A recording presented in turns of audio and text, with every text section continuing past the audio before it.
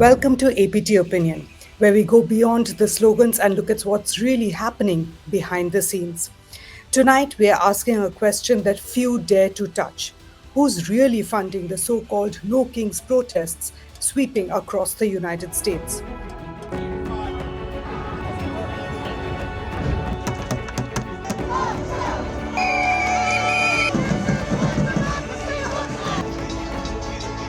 On the surface, this looks like another grassroots movement. People marching for democracy, waving flags, chanting slogans about democracy and freedom. And many of these people are genuine protesters, turning out for a cause they care deeply about. That's why it's all the more important to try and trace the money, the connections, and the timing, because all of that put together brings forth a very different picture. And we all have a right to know if we are being manipulated. Let's start with the basics. The No Kings protests, the massive demonstrations that filled streets in cities like Washington, D.C., New York, Chicago, Los Angeles, Atlanta, are being promoted as peaceful rallies against what organizers call Donald Trump's authoritarian style of leadership. You've got big names backing it. Senate Minority Leader Chuck Schumer, Representative Alexandra Ocasio-Cortez, Senator Bernie Sanders, Hillary Clinton. They're calling this a declaration of independence against tyranny. But here's where things get interesting and complicated.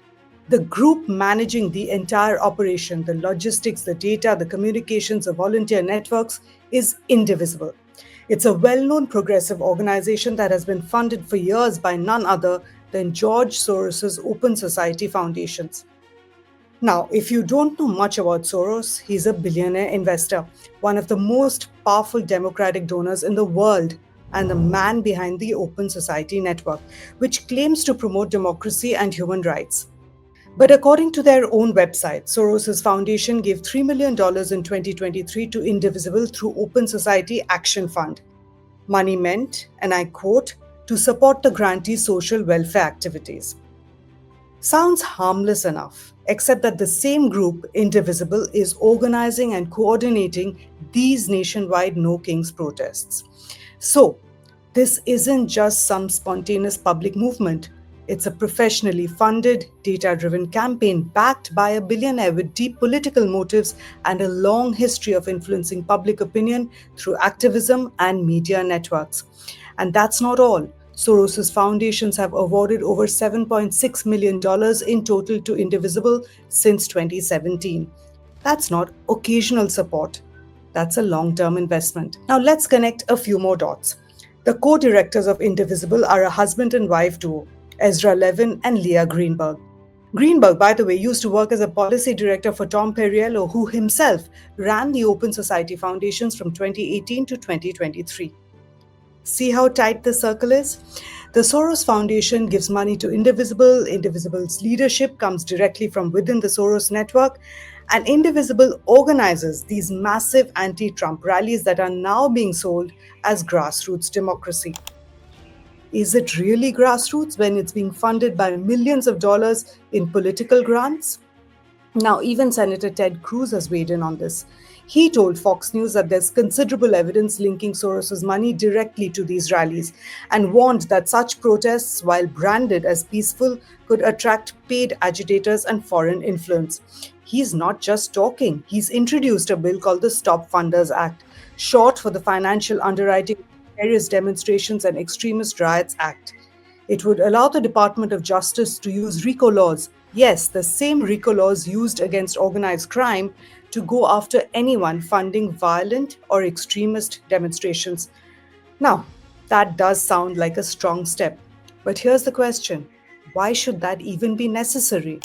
If these protests are as peaceful and spontaneous as their organizers claim, why do we keep finding these massive political money trails behind them? Let's look at Saturday's numbers. Over 2,600 protests took place across all 50 states. Millions of people were reportedly in the streets. That's not something that happens overnight. That's a coordinated operation with marketing budgets, logistics teams, data management, and trained organizers. Even the ACLU got involved, training tens of thousands of marshals and de-escalators.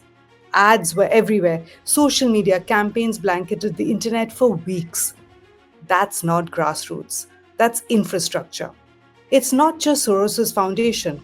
Indivisible has also received funding from Tides Advocacy, a group tied to the Tides network, another major progressive donor ecosystem.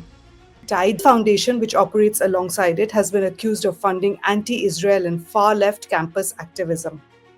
So, what we are seeing here is a well connected web of donor groups, activists, and politicians, all moving in sync to create the illusion of a mass popular uprising against Donald Trump.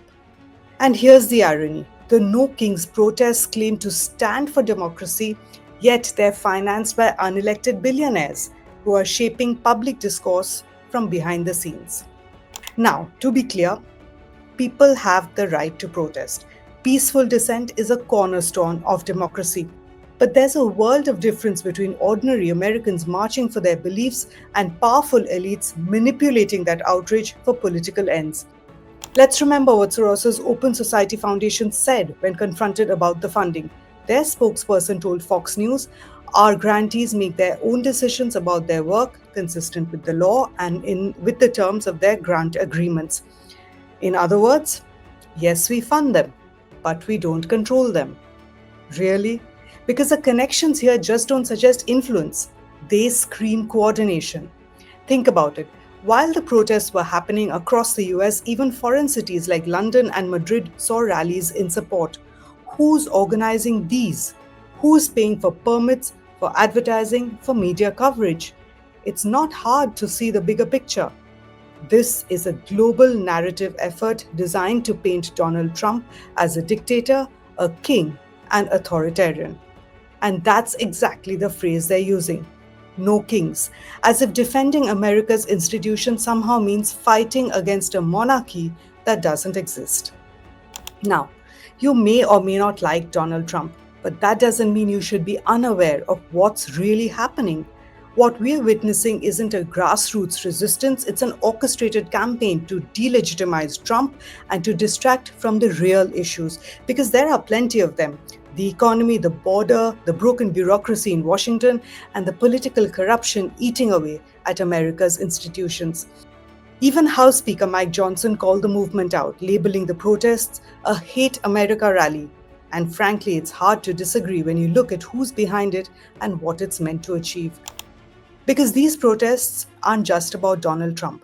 They're about controlling the narrative, shaping how the public perceives power, leadership, and democracy itself. And the media? They're playing right along.